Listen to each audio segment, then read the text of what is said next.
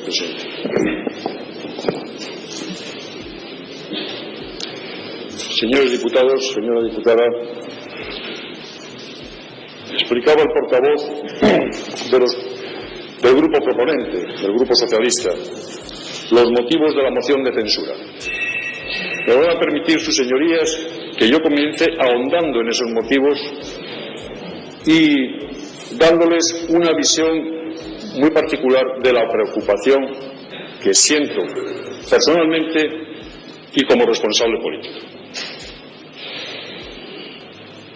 Hace 6 meses que presentó el Grupo Socialista otra moción de censura. ¿Y qué ha cambiado desde hace 6 meses ahora? En el debate del Estado de la región, el debate sobre la orientación política del Consejo de Gobierno, este Consejo de Gobierno fue reprobado por una amplia mayoría. Más de 2/3 de la Cámara aprobó 2 resoluciones diciendo, una de ellas, que se reprobaba al Gobierno regional, al Consejo de Gobierno, por su inutilidad y su incapacidad para construir una mayoría que garantice la gobernabilidad de la región. Esta Cámara, por lo tanto, es mayoritariamente, ya digo, más de 2/3, ampliamente consciente de que no existe gobierno en esta región. Pero a su vez la Cámara aprobaba otra resolución por la cual se rechazaba la propia orientación política que el Consejo de Gobierno daba en esa sesión a los problemas de Cantabria.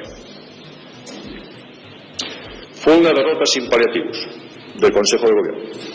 Una derrota que yo me atrevo a calificar, cómo no, que cualquier demócrata, a la vista de esa situación, hubiese presentado inmediatamente la dimisión. Porque yo creo, señor presidente, que la condición de demócrata no es presentarse solamente a las elecciones cada X tiempo.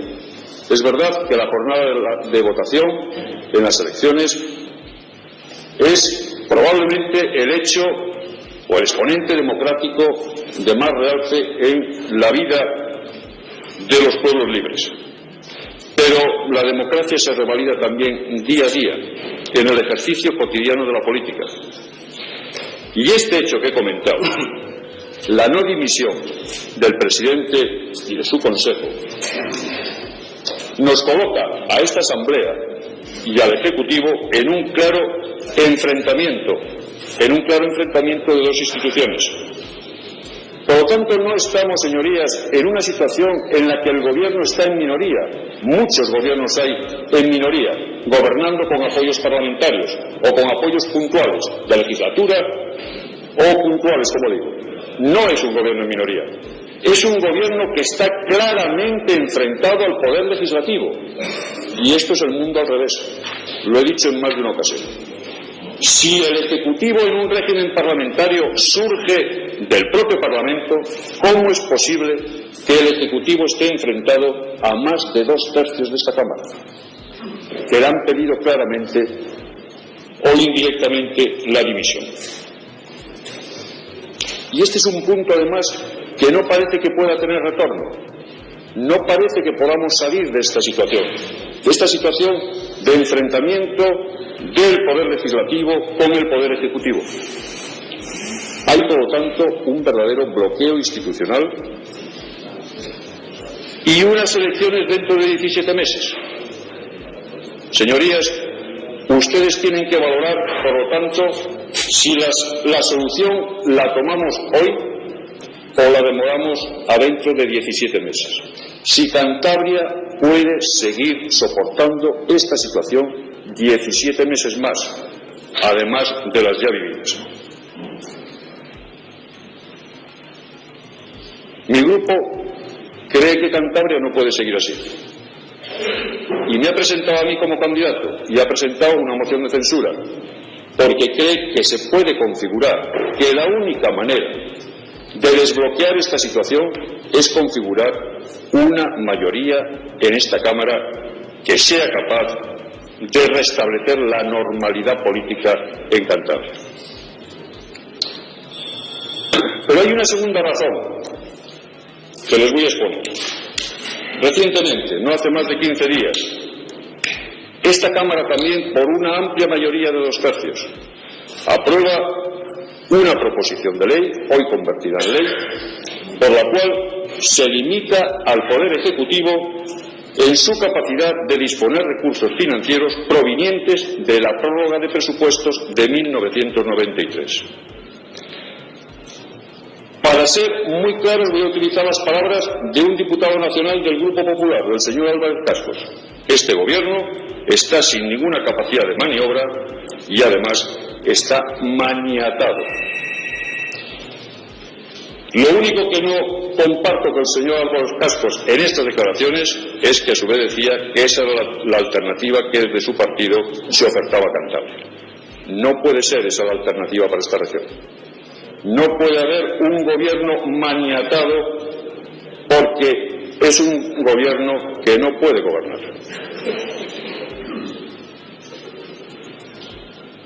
Yo creo, por lo tanto, señorías, que si unimos esta cuestión a la anterior, estamos en la necesidad imperiosa de dar una solución alternativa a lo que existe en este momento. Por lo tanto, estamos en la necesidad de configurar una mayoría que restablezca, como he dicho antes, la normalidad en nuestra comunidad autónoma.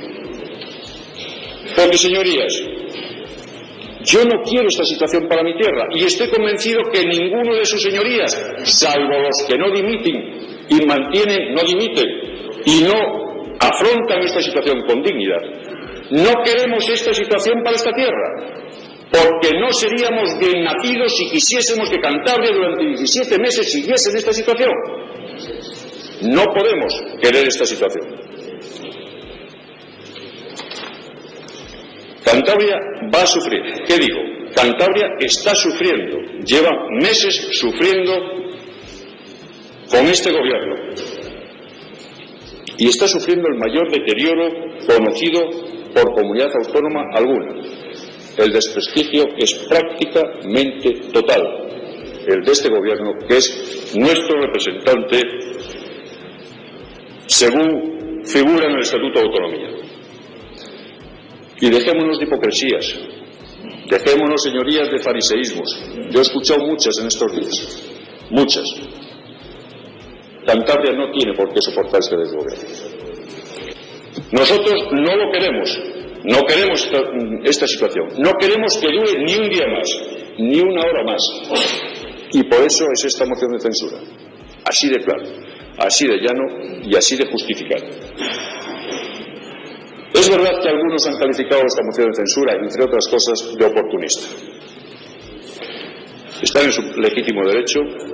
Yo lo que les quiero decir, señorías, es que esta moción de censura es necesaria, es urgente y está plenamente justificado. Es urgente porque urgente es recuperar el tiempo perdido y porque urgente es no perder más tiempo.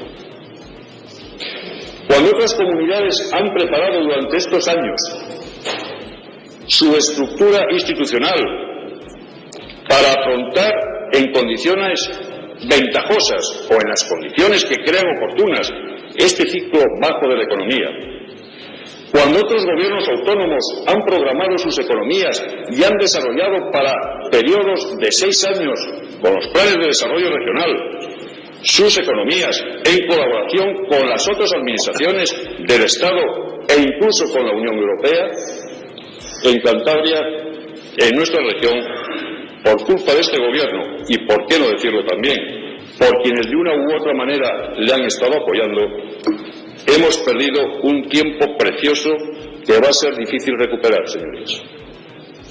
Esta moción de censura es necesaria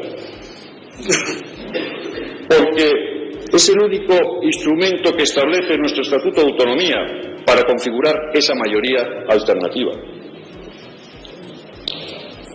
Porque ante ella todos y cada uno de los diputados de esta Cámara nos tenemos que retratar con nuestro voto. Y todos y cada uno de nosotros tenemos la oportunidad, por lo tanto, al posicionarnos, ante esta moción de censura si de verdad queremos solucionar los problemas cambiando este gobierno o de una manera directa o indirecta se le quiere seguir manteniendo. Y esta moción de censura está justificada, plenamente justificada, señorías, lo decía antes. Si tuviese la seguridad del voto de los diputados con la misma seguridad, con la misma certeza con la que conozco la opinión del cuerpo electoral, esta moción de censura seguro que prosperaría. Señor presidente, que es muy aficionado a encargar encuestas a su medida, señor presidente, le voy a decir algunos datos de una encuesta realizada la semana pasada y además por una empresa de reconocido prestigio. 7 de cada 10 votantes del Partido Socialista están a favor de la moción de censura. 7 de cada 10 votantes del año 91. 7 también de cada 10 votantes del Partido Regionalista están a favor de la moción de censura. El 74% de los votantes de Izquierda Unida están a favor de la moción de censura. Y podrán decir sus señorías, ese es el espectro político de la izquierda. Ahora vamos con el espectro político de la derecha. El 41% de los votantes del Partido Popular en el año 91 se muestran a favor de la moción de censura. Y en su propio electorado, señor presidente, en su propio electorado un 20% dice que es favorable a la moción de censura. No es de extrañar que el conjunto de la población, 8 de cada 10 cántabros, valoren negativamente la gestión de este gobierno, como mala o muy mala. Este récord yo creo que también podría figurar en el libro de los Guinness. Ningún gobierno, ni municipal, ni autonómico, ni nacional, podría, en casos de normalidad, esto es una excepción, naturalmente, alcanzar cuotas de desprestigio como el de este gobierno. Pero quiero resaltar especialmente el carácter constructivo de esta moción de censura, y no solamente por el imperativo del propio Estatuto de Autonomía, que así lo establece, sino porque esta moción de censura además es constructiva por más razones. Porque pretendemos desbloquear esta situación de crisis política, porque queremos dar estabilidad a las instituciones, y hablo en plural, señorías. Hablo en plural porque no es solamente esta institución la que está en crisis. Aquí vivimos una profunda crisis, la mayor crisis de las instituciones. Pero hay varios ayuntamientos en la geografía de Cantabria que requieren también esa estabilidad. Desde el de Santander hasta el de Treviso, por poner ejemplos. Y pretende esta moción de censura, que es constructiva, dar normalidad a la vida política en Cantabria. Nuestra región, señorías, está carente de hacer normal lo cotidiano. Que nuestras instituciones funcionen y que funcionen de una manera armónica.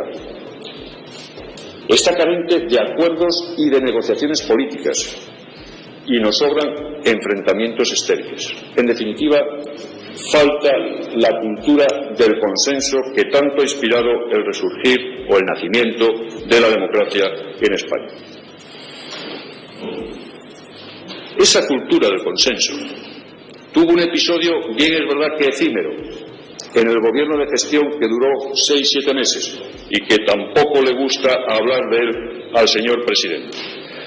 Pero yo quiero reclamar ese valor y esa cultura, que en esos 6 o 7 meses se demostró cómo se podía llegar a acuerdos entre diferentes partidos políticos por el interés general de esta tierra, frente a lo que es un permanente enfrentamiento que, como ha dicho el portavoz de mi grupo, lo es con esta Asamblea, lo es con los ayuntamientos y lo es, cómo no, con el Poder Judicial.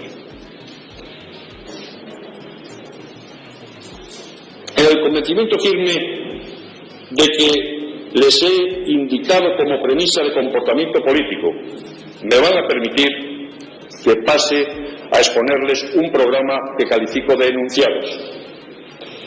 He hablado y he expuesto en esta tribuna ya varias veces programas. Creo que es es menester en esta ocasión, porque este programa debe ser abierto, como no, y en el transcurso de la sesión podemos debatir de él, este programa debe de ser denunciado. En primer lugar, Cantabria necesita un, diría, triple impulso: democrático, ético y autonómico. Impulso democrático porque nuestra tierra, más que ninguna otra región, necesita el acuerdo entre los partidos políticos. Me propongo, si la moción de censura prospera, desde la presidencia de la Diputación Regional, propiciar ese acuerdo entre las principales fuerzas políticas de esta región. Porque tenemos que ser capaces de que los ciudadanos recuperen plenamente la confianza en sus representantes políticos. Porque tenemos que ser capaces de que las instituciones de nuestra joven autonomía no soporten más descrédito sin que peligre seriamente el propio proyecto regional. Porque tenemos que evitar, si es que está ocurriendo, y yo creo que está ocurriendo en mayor grado que en el resto de España, ver cómo los ciudadanos se distancian o vuelven la espalda a sus propias instituciones democráticas. Porque tenemos, los responsables políticos, los demócratas de Cantabria, la obligación de reflexionar seriamente para que no sean mayoritarios o importante el número de ciudadanos que digan: eso es cosa de políticos, todos los políticos son iguales, porque no es verdad que todos los políticos seamos iguales. Y porque no vale todo en política. Por eso es necesario el impulso democrático. Porque el gobierno no puede alcanzarse a cualquier precio y tampoco mantenerse sustentado en salameos. El impulso democrático tiene que servir en Cantabria para corregir comportamientos, renovar actitudes y abrir ventanas a la esperanza. Es una responsabilidad de todos, señorías. Tenemos que lograr el reencuentro del gobierno con el Parlamento, con los ayuntamientos, que ahora está a través de la sala de lo penal, con la Administración Central, con el Poder Judicial, como he dicho antes, y en definitiva con la propia sociedad. Ese impulso democrático en Cantabria, señorías, exige cambiar la política del enfrentamiento y sustituirla por la política de la cooperación. Y un impulso ético también. Y en esto quiero dirigirme en concreto al señor Revilla, que es el que ha hablado de estas cuestiones en la prensa. Y quiero responderle, señor Revilla, afirmativamente a la demanda de su partido sobre los compromisos éticos. Sabe el señor Revilla que mi respuesta es afirmativa no solo para llevarlo a cabo en esta institución, sino también para generalizarlo, y estoy seguro que él también, en todos y cada uno de los ayuntamientos de esta región. Es preciso que nos dotemos, mediante el compromiso parlamentario, de reglas para el ejercicio de los cargos públicos, para que esas reglas hagan transparentes sus ingresos y su gestión. Me comprometo desde el Consejo de Gobierno a limitar el número de asesorías, a limitar la presencia de diputados regionales en cargos ejecutivos, a reducir los gastos de libre disposición y a comunicárselos periódicamente a este Parlamento, a la Comisión de Presupuestos, a la Comisión de Hacienda. Este impulso ético en Cantabria es necesario para el honor de los propios políticos, señorías. Porque, como decía Rabelais, las gentes libres, bien nacidas y bien educadas, sienten por naturaleza el instinto y estímulo de huir del vacío y acogerse a la ética. Esto, señorías, es lo que los pensadores, o al menos este pensador, llama honor. El impulso autonómico también es necesario en Cantabria. Como consecuencia del acuerdo suscrito entre el Gobierno, el Partido Socialista y el Partido Popular, Cantabria, como otras cuantas regiones, va a recibir nuevas transferencias. Está negociando ya nuevas transferencias. Desde la Diputación Regional de Cantabria me comprometo a negociar esas nuevas transferencias velando por los legítimos intereses de esta tierra. Pero para ello es preciso algo más. Es preciso adecuar la estructura de la Administración regional a las nuevas exigencias de autogobierno. Se hace preciso acometer una reforma, por lo tanto, de la función pública, para que esa misma función pública se acerque a las necesidades de los ciudadanos ante las nuevas competencias en materias transferidas. El impulso autonómico, llevado hasta sus últimas consecuencias, no puede acabar en la Diputación Regional. Tiene que ser también acordado con las fuerzas políticas las materias que podamos transferir hacia otras instancias administrativas como son los ayuntamientos, desde una visión claramente municipalista. El impulso autonómico es el esfuerzo necesario también de la racionalización de las entidades locales, y eso exige el fomento de las mancomunidades de servicios. Y en este sentido, abrir una experiencia por la cual caminemos hacia la comarcalización de nuestra región. Y por último, ¿por qué no considerar, desde el más escrupuloso respeto a las juntas vecinales, considerar el número de estas, su servicio y sus funciones? Pero un programa de enunciados básicos, como he dicho antes, no puede olvidar dos de los principales problemas que tenemos en esta comunidad autónoma. El primero es el plan de ajuste económico, llamémoslo así, y el segundo, algunas propuestas sectorializadas, las más prioritarias, las más urgentes, las más necesarias. Pero además habría que elaborar un calendario con vencimientos de deuda jerarquizado y jerarquizando también los pagos con criterios objetivos, atendiendo a antigüedad de la deuda y a la premura de los propios acreedores. El estudio y la negociación de fórmulas de refinanciación de la deuda bancaria, criterios de austeridad presupuestaria y también de disminución del gasto corriente. Pero hay algo que vengo repitiendo desde hace tiempo, y es la renegociación del pacto de financiación, del pacto de consolidación presupuestaria que en su día se firmó en Madrid con el Gobierno central. Hay que hacer una revisión también con el Estado de los fondos y ayudas de programas de cofinanciación que se han perdido por omisión, por negligencia durante el mandato de este Gobierno. Y dentro de las propuestas sectoriales hay dos que se me ocurren que son las más urgentes por la propia necesidad de la región, de los ciudadanos y lo que demandan la mayoría de los ciudadanos. La mayoría de los ciudadanos está preocupado por el empleo y sería necesario un pacto por el empleo.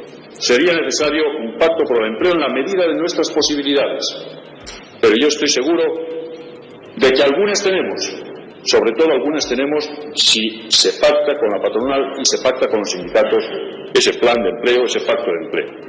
Pero a la vez hay que hacer un diseño de industrialización de Cantabria, de conservación de lo que tenemos en el sector industrial y de nuevas fórmulas de reindustrialización.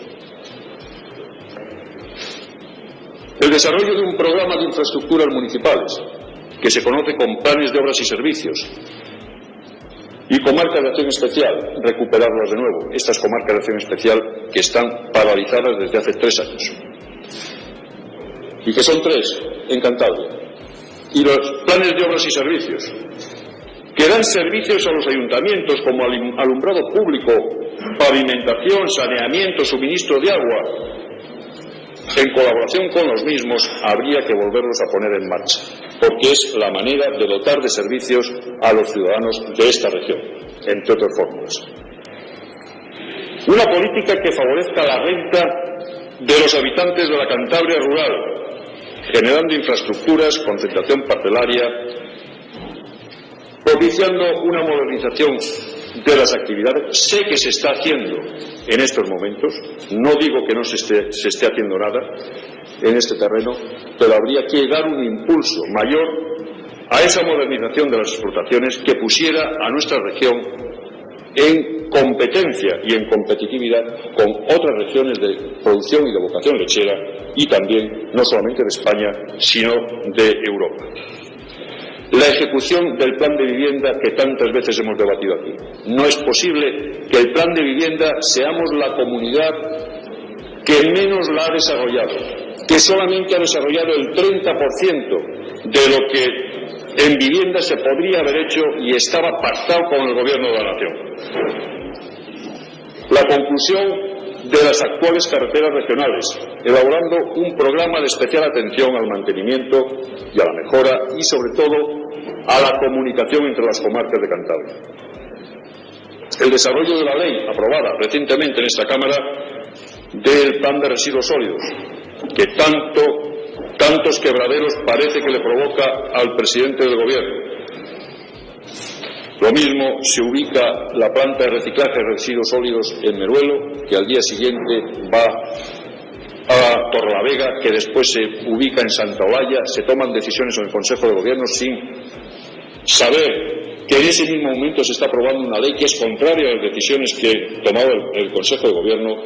En definitiva, poner racionalidad a algo tan sencillo como es el tratamiento de residuos sólidos.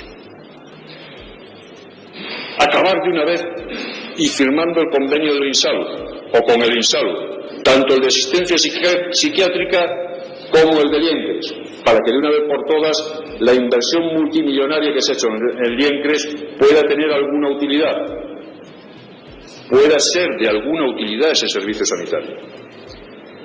El desarrollo de una política de acción social a través de las uniones básicas de acción social, pero también, y cómo no, fomentar y promocionar el sector turístico, que es una de nuestras principales industrias en Cantabria. Todo ello, o para todo ello, hay que hacer un esfuerzo para rentabilizar al máximo las ayudas comprometidas con la Unión Europea a través de los programas del Objetivo 1. Pero, señorías, esta moción me van a permitir que haga algunos comentarios al respecto sobre lo que yo creo que ha ido precedida de bastantes juicios de intenciones. Juicios de intenciones sobre presuntas o presuntos deslizamientos éticos, tanto míos como de mi partido en Cantabria. Me van a permitir sus señorías, señor presidente, que haga algunas consideraciones al respecto. Hay algunos que mantienen que hay dos tipos de mociones de censura: las estéticas, que son las que de antemano se pierden, las que se sabe que se van a perder, y las que prosperan. Yo no entiendo de las primeras. Yo no soy un político que presenta mociones de censura sabiendo que de antemano está fracasada matemáticamente esa votación. Porque a mí me parece que todo candidato que se sube a esta tribuna proponiendo un programa alternativo en un instrumento que es la moción de censura tiene la obligación de intentar recabar el mayor número de votos del conjunto de la Cámara. Lo contrario sería estar representando una farsa. Estaríamos haciendo creer a los ciudadanos que se puede cambiar el gobierno cuando lo que se está es subiendo a la tribuna sabiendo que eso es imposible. Por lo tanto, sería una farsa. De ser esto cierto, y yo lo creo así firmemente, un grupo político minoritario puede, cómo no, presentar una moción de censura conforme al Estatuto de Autonomía. Y esta moción de censura de este grupo minoritario solamente puede prosperar con el apoyo de diputados de otros grupos. A esto se le llama transfugismo. Pues bien, según esta lógica, lo mejor es que no existiesen mociones de censura. Que un grupo minoritario no puede proponer nunca una moción de censura, excepto los comentarios o circunstancias en las que ahora voy a entrar. Porque si un candidato sube a esta tribuna de un grupo minoritario y no es para recabar el conjunto de los votos o el mayor número de votos de los diputados de esta Cámara, ¿para qué se sube aquí un candidato? ¿Para hacer la farsa? No. Yo no soy de esos políticos. Cabría, por lo tanto, otra posibilidad, y es que las mociones de censura se estableciese que solamente se podrían presentar cuando se recabase la firma de la mayoría absoluta de los diputados que componen la Cámara, y a la vez que fuesen avaladas por grupos parlamentarios que solamente fuesen aquellos constituidos en las elecciones y no o fuesen ajenos al grupo mixto. Solamente así se me ocurre, señorías, se sabría de antemano que la moción de censura prospera. Es el caso de los ayuntamientos, tienen que estar firmados por el número, la mitad más uno de los concejales de la corporación, pero también así se acabaría con el denominado fenómeno del transfugismo, porque solamente lo podrían avalar los grupos constituidos recién salidas las elecciones. Pero esto tiene un pequeño problema, señorías, que si solamente se pudiesen presentar así las mociones de censura, esto sería inconstitucional. Porque la Constitución lo que establece es que un número determinado de diputados, proponiendo un candidato, puede presentar una moción de censura para recabar el apoyo de las cámaras, en general, las de la nación. Y como yo creo que la moción de censura tiene en todo el derecho comparado de los países democráticos una lógica perfectamente democrática, y es esta: intentar aglutinar en torno a un programa a una mayoría. Pues yo soy de los que piensan que una moción de censura es una medida excepcional que se aplica en situaciones políticas anómalas de una comunidad, y está claro que entonces los diputados, los 39 que somos aquí, obraremos conforme a nuestra propia inteligencia y a nuestro propio razonamiento. Criticar esto, señorías, como deslizamientos éticos es simple y llanamente puro fariseísmo, pura hipocresía. Pues bien, si 30 diputados de los 39 que somos en esta Cámara hemos votado la recusación, como he dicho antes, del presidente por su manifiesta incapacidad para orientar los asuntos políticos en general de esta comunidad, ¿qué problema tenemos para constituir un cambio de gobierno de acuerdo con la mayoría? ¿Cuál es el problema? Algunos podrán decir que no votan, que votan en contra de la moción de censura, o que se abstienen, que es lo mismo, a los efectos es lo mismo, porque están por la unificación del centro derecha. Y es un razonamiento y un deseo legítimo, cómo no, está claro. Pero es que, señorías, esta cantinela la estamos escuchando desde hace más de 10 meses. Y además es que esta unificación del centro derecha, y vuelvo a citar declaraciones del antedicho diputado nacional, señor Álvarez Cascos, pues parece que no es precisamente su deseo a las propuestas de algunos diputados de esta Cámara. Por lo tanto, invocar la constitución del centro, o la reorganización del centro derecha, que ya digo que es legítima, y digo más, ojalá nos hubiese descompuesto, porque no estaríamos en esta situación. Habría un gobierno que a mí y a nuestro grupo no nos gustaba, pero ojalá no, y le criticaríamos y haríamos una oposición constructiva, pero por lo menos estaríamos en una situación de gobernabilidad. Por lo tanto, reconstrucción del centro derecha, deseo legítimo, cómo no, pero me da la impresión, señorías, valga la expresión, de que esto es como invocar o tener el deseo de la reunificación de la ex Yugoslavia. Me van a permitir esa diferencia. Otros podrán decir, digo, en las actuales circunstancias, después de las elecciones, ya veremos a ver. Otros podrán decir que no votarán nunca, y lo han dicho, a un candidato socialista. Y también están en su perfecto derecho, ¿cómo no? Están en su perfecto derecho de no votar a un candidato socialista. ¿Cuál es el problema? El problema es que no han propuesto ningún otro.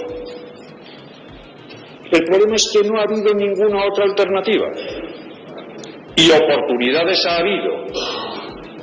Oportunidades ha habido sobre las cuales, y lo subrayo, podríamos haber negociado, parlamentado e incluso llegado a acuerdos. Pero no han presentado ningún otro candidato. Tampoco, por lo tanto, vale la excusa de decir, como es un candidato socialista, nos vamos a oponer o nos vamos a abstener. Lo cierto y verdad, señorías, es que Cantabria está en un verdadero callejón sin salida. Y esta, la moción de censura, es la única iniciativa que pretende dar una salida a la situación. Yo no he visto, no he oído, no ha llegado hacia nuestro grupo ninguna otra alternativa diferente. Ninguna. Por lo tanto, los que no estén en este lado de la moción de censura, señorías, se instalan en el no a cualquier cosa. Se instalan en la crisis. Me van a permitir que eso lo diga. Se instalan en la crisis, apuntalan la crisis.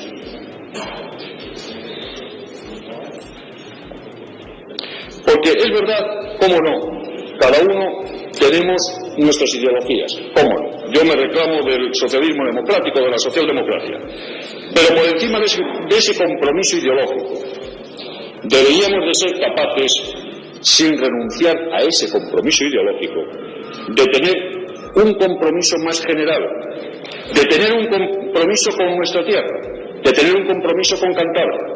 Y este es el ánimo al cual les quiero llevar, señorías, de hacer algo que nos han enseñado nuestros mayores, digámoslo así, en la política nacional. Que lo constitutivo en política sea el objetivo común y lo sectorial sea el campo donde dirimamos nuestras diferencias. Pues no, señorías. En Cantabria, lo constitutivo, que es un proyecto que debe de ser común, que se llama Cantabria como comunidad autónoma, ese campo es el campo de la batalla. Y lo sectorial, señorías, sencillamente no existe, porque no existe gobierno. Y esta es nuestra trágica situación. De lo constitutivo hacemos el campo de batalla y de lo sectorial no hacemos nada porque sencillamente no existe. Y yo quiero llamar la atención a sus señorías sobre estas cuestiones. Quiero llamar la atención a sus señorías sobre que por encima de intereses legítimos de partidos tenemos una responsabilidad como diputados. Tenemos una responsabilidad de que el proyecto continúe, de que no se estanque, de que no esté en un callejón sin salida y de que no se deteriore cada vez más. O como alguien ha dicho, que se pudra la situación. No podemos, como políticos, si somos responsables, tener esa actitud pasiva. El programa básico, mínimo, como ustedes le quieran llamar, que les he expuesto, necesita, para llevarse a la práctica, primero del juego parlamentario, del debate parlamentario aquí en la Asamblea. Pero para llevarse a la práctica necesita del ejercicio responsable de la libertad de sus señorías. Y la libertad no es una filosofía, no es ni siquiera una idea. En este caso la libertad es simplemente decir sí o no. Porque ya he dicho antes que la abstención a los efectos, señoras y señores diputados, equivale al no. En el caso del sí, estarían expresando la voluntad de acabar con esta situación. Y en el caso del no, o en el caso de la abstención, estarían, a mi juicio, expresando la voluntad de mantener la situación actual, sin ofrecer ninguna otra alternativa, que a mí me gustaría oír. Acabo, señor presidente, señorías, diciendo que a mi juicio la tarea de los políticos es hacer lo posible. Y yo he querido contribuir a eso. Créanme que he hecho los esfuerzos mayores en mi vida política para intentar resolver esta situación. He asumido riesgos y estoy asumiendo críticas. Pero para eso estamos. Para eso estamos en política. Para dar solución a los problemas, para no volver la espalda a los problemas, para decirles a los ciudadanos que hay esperanza y que los problemas tienen solución en el debate democrático. Y por eso asumo críticas, riesgos y lo que haga falta, con el fin de que esta tierra salga del desbloqueo, salga del caos político, salga de una vez por todas de este callejón sin salida donde nunca debió de entrar y que la aventura de algunos pocos nos ha metido a la mayoría de los cántabros en esta situación. Por lo tanto, asumiendo riesgos y críticas, he aceptado ser candidato de mi grupo y he propiciado esta moción de censura como dirigente del partido que soy en Cantabria, con la sana intención de aportar una solución que dé esperanza, como he dicho, a los ciudadanos y una solución que en definitiva haga que Cantabria pueda caminar por la misma senda que el resto de las comunidades autónomas.